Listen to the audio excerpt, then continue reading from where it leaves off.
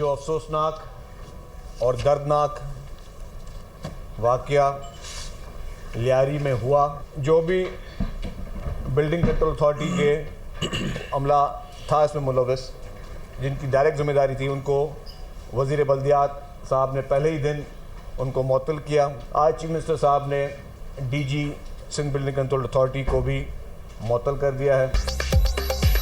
सानिहा लियारी सिंध हुकूमत का जाम हक 27 अफराद के लवाहिकीन को फीकस 10-10 लाख रुपए देने का ऐलान। वज़ीर आला सिंध ने डीजी SBCA को मुअत्तल कर दिया। जो भी गफलत का मुर्तकिब होगा उसके खिलाफ मुकदमा दर्ज होगा। 27 जानों के ज़िया पर सब गमज़दा हैं। दुख की घड़ी में लियारी के मुतासरीन के साथ हैं वज़ीर इत्तलात सिंध शर्जील मेमन की वज़ीर बल्दियात सईद गनी और सूबाई वज़ीर दाखिला के हमरा प्रेस कॉन्फ्रेंस। सईद गनी ने कहा कि इमारत गिरने का कोई ना कोई जिम्मेदार है। 2 रोज़ में फैक्ट फाइंडिंग कमेटी रिपोर्ट पेश करेगी। कमिश्नर कराची को जिम्मेदारी दे दी गई है ताकि 51 इंतहाई खतरनाक इमारतों का सर्वे करें। फिलवक्त SBCA के उन अफसरान को मुअत्तल किया है जो इस वक्त इलाके में तैनात हैं।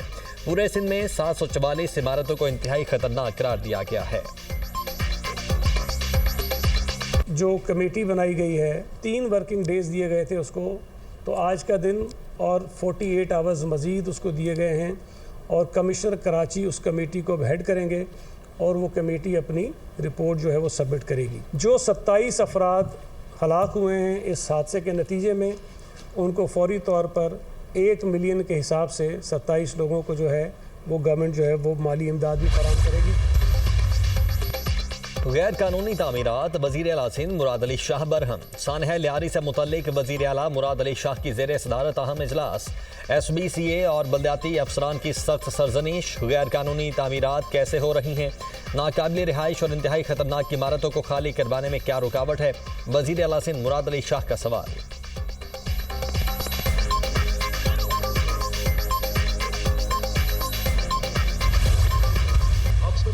कि मेरा जो कंडक्ट था, मैंने अपनी पूरी ईमानदारी से कोशिश की कि मैं उसको ऐसे अंदाज में अदा करूं कि जिससे मेरा जो कस्टोडियन का रोल है, मैंने फैसला किया है कि आइन मैंने लिखा है। मैं तो मुखालिफ हूं 63-62 का। वैसे ही मैं तो कहता हूं इसको जड़ से उखाड़ कर फेंक दो। मैं तो कहता हूं कि ये एक आमरीत के दौर की निशानी है इसके अंदर। आइन के आर्टिकल 62 और 63 का शदीद मुखालिफ हूँ, चाहें तो इन्हें निकाल कर फेंक दें। 62 और 63 आमरीत की निशानी है जिसे जमहूरियत के खिलाफ इस्तेमाल किया गया। ये नहीं हो सकता कि आइन की इन दफात का मनपसंद इस्तेमाल किया जाए। पैनमा केस का फैसला अदालत पर सवालिया निशान है। अगर वजीर आजम को गलत बयानी पर नाअहल किया जा सकता है तो ऐवान को तमाशा बनाने वालों को क्यों नहीं। पैनमा केस के फैसले में आसिफ सईद खोसा ने स्पीकर को यह इख्तियार दिया कि वो नशिस्त को खाली करार दे। क्या उन लोगों का दिमाग काम कर रहा है जो मेरे रेफरेंस पर एतराज़ उठा रहे हैं। स्पीकर पंजाब असम्बली मलिक अहमद खान की प्रेस कॉन्फ्रेंस। कहा, मेरी रूलिंग के खिलाफ बहुत कुछ कहा और लिखा गया। अपने आईनी इख्तियारात से 1 इंच भी आगे नहीं बढ़ूंगा। असम्बली को तमाशागाह नहीं बनने देंगे। स्पीकर के इख्तियारात जो हैं वो काफ़ी हद तक लामहदूद हैं क्योंकि वो कस्टोडियन ऑफ हाउस है। उनके इख्तियारात वही हैं जो घर में एक बड़े के होते हैं। स्पीकर के पास इख्तियारात हैं उस ब्रीच की सूरत में। एहतजाज आपका हक है, लेकिन कुर्सियाँ मारना, माइक उखाड़ना, गालियाँ देना ये एहतजाज नहीं है। अनफॉर्चुनेटली ये कुछ और है और उसके लिए मेरे ख्याल में कानून को अपना रास्ता लेना चाहिए। वफाकी वज़ीर कानून आज़म नज़ीर तारड़ की स्पीकर पंजाब असम्बली की तायीद। बोले, स्पीकर के इख्तियारात लामहदूद हैं। वो हाउस के सरबराह हैं। इनके पास वही इख्तियारात हैं जो घर के बड़े के पास होते हैं। स्पीकर किसी भी मेंबर को मुअत्तल करने का भी इख्तियार रखते हैं। एहतजाज अपोजिशन का हक है, लेकिन कुर्सियां मारना और माइक उखाड़ना एहतजाज नहीं। स्पीकर पंजाब असम्बली जमहूरी रिवायात को मद्देनजर रखते हुए बेहतर रास्ता निकालेंगे। पाकिस्तान स्टॉक मार्केट में रिकॉर्ड तेजी। स्टॉक मार्केट ने 1,33,000 पॉइंट्स की हद अबूर कर ली। ट्रेडिंग के दौरान 100 इंडेक्स में 1800 से ज़ायद पॉइंट्स का इजाफा। स्टॉक मार्केट 1,33,800 पॉइंट्स पर ट्रेड। FBR की इस्लाहात हुकूमत की अव्वलीन तरजीहात में शामिल है। टैक्स निज़ाम को खुदकार बनाने से इसमें शफाफियत और इसे मजीद मौसर बना रहे हैं। जदीद टेक्नोलॉजी पर मबनी निज़ाम से कारोबार में आसानी और टैक्स दहिंदगान के लिए सहूलत होगी। इंसानी मुदाखलत कम होने से वक्त और पैसे की बचत होगी। वज़ीर आज़म शहबाज शरीफ की ज़ेर सदारत FBR में इस्लाहात पर जायजा इजलास। तारीख में पहली बार FBR की जानिब से मसनूई ज़हानत पर मबनी कस्टम्स क्लियरेंस और रिस्क मैनेजमेंट सिस्टम मुतारिफ। वज़ीर आज़म की नए निज़ाम को मरबूत और पायदार बनाने की हिदायत।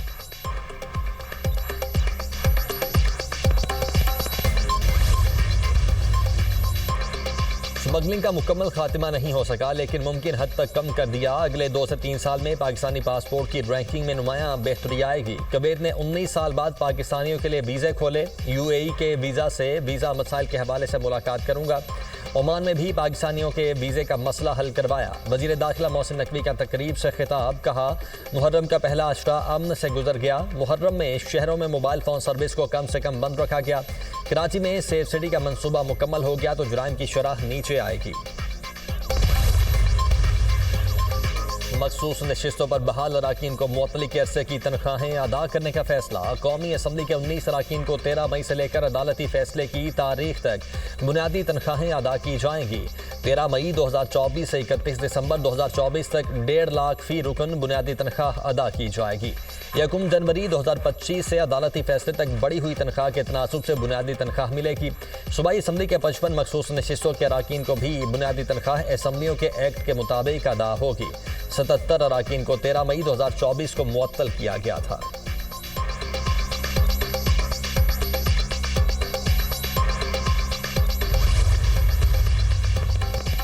PTI के कबायली अजला से अराकीन असम्बली ने वजारत सैफरान के जरगे में शिरकत से इनकार कर दिया। वफाकी वजीर सैफरान अमीर मकाम ने जरगा सिस्टम की बहाली के लिए अराकीन को मदऊ किया था। बेशतर अराकीन ने वजारत सैफरान के इजलास को 18वीं और 25वीं तरमीम की खिलाफ वर्जी करार दिया। वफाकी वजीर अमीर मकाम ने कहा कि वजीर आज़म ने फाटा और जरगा सिस्टम के लिए कमेटी कायम की। कमेटी में गवर्नर और वजीर आला खैबर पख्तूनख्वा शामिल हैं। कमेटी ने आज पार्लियामेंटेरियंस को मुशावरत के लिए बुलाया था। पता चला PTI ने कमेटी का बायकॉट कर दिया। फाटा का इंतजाम वापस लेने में कोई सदाकत नहीं। हुकूमत FCR का कानून भी वापस नहीं ला रही।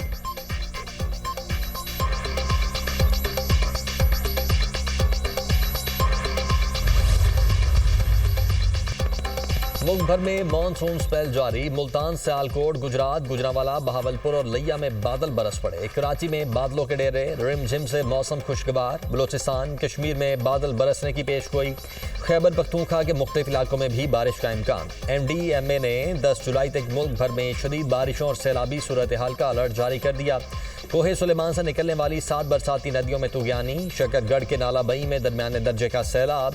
इलाके में फंसे चरवाहों और मवेशियों को निकाल लिया गया। बलोचिस्तान में हालिया बारिशों से हादिसात में खवातीन और बच्चों समेत 9 अफराद जाम बहक हुए।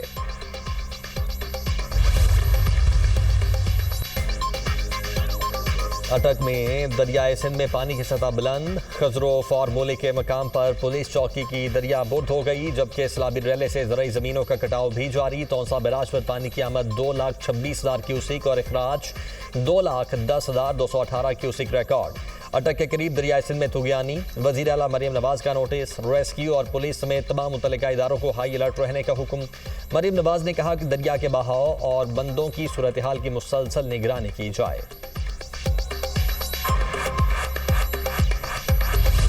मार्का कारगिल के हीरो हवालदार लालिक जान शहीद निशान हैदर का 26वां यौम शहादत। गजर में हवालदार लालिक जान शहीद के मिसार पर फूल रखने की तकरीब। पाक फौज के चाको चौबंद दस्ते ने सलामी दी। सदर ममलिकत और वज़ीर आज़म का कारगिल जंग में वतन की हिफाजत के लिए जान का नजराना पेश करने वाले बहादुर सपूत को खराज अकीदत पेश। शहबाज शरीफ ने कहा, हवालदार लालिक जान शहीद निशान हैदर ने अपनी जान की परवाह किए बगैर दुश्मन के नापाक अज़ाइम को खाक में मिलाया और वतन की खातिर अजीम कुर्बानी दी। दुश्मन के हमले हवालदार लालिक जान शहीद निशान हैदर के हौसले पस्त नहीं कर सके।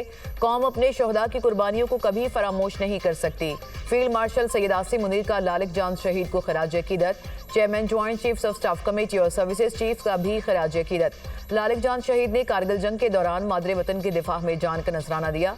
शहदाए पाकिस्तान के मादरे वतन के दिफा के मिशन को जुरत, इज़्म और वकार के साथ इसको जारी रखेंगे। ISPR। ब्राजील में ब्रिक्स सरबराही इजलास में भारत को एक और सिफारती धचका। एलामिये में पहलगाम वाक़े की मजम्मत, मगर पाकिस्तान का नाम नहीं लिया गया। भारत ने पहलगाम वाक़े में पाकिस्तान का नाम शामिल कराने की भरपूर कोशिश की थी। ब्रिक्स एलामिया भारत की एक और वाज़ेह सिफारती नाकामी साबित हुआ। एलामिया में अल्फाज मुकम्मल तौर पर गैर जानिबदार रखे गए। इजलास में 2 अहम ममालिक चीन और रूस के सरबराह भी शरीक नहीं हुए। ये अदम शिरकत साबित करती है कि चीन और रूस भारतीय बयानिए को तक़वियत देने के हक में नहीं।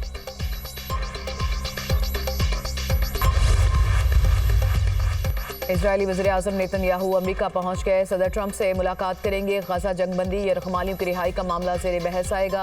अमरीकी सदर गजा में जंगबंदी मुआहदे के लिए पुरुमीद। रवां हफ्ते हमास के साथ मुआहदा करने का अच्छा मौका है। गजा से कुछ यरकमाली बाहर आ सकते हैं। ईरान की जौहरी तंसीबात को तबाह कर दिया। ईरान से मुस्तकिल मुआहदे के लिए नेतन्याहू से बात करूंगा। अमरीकी सदर डोनाल्ड ट्रंप की मीडिया से गुफ्तगू। इजरायली फौज की गजा पर जारी स्कूलों में पनाह लिए फलस्तीनियों पर बमबारी और फायरिंग। 24 घंटों में मजीद 82 फलस्तीनी शहीद, 304 जख्मी हो गए। कतर में इजराइल और हमास के दरमियान जंगबंदी मुज़ाकरात का पहला दौर बेनतीजा खत्म। मुज़ाकरात के लिए आए इजरायली वफ्द के पास हतमी मुआहदे तक पहुंचने के लिए इख्तियारात नहीं थे। फलस्तीनी हुकाम का मौक़िफ़।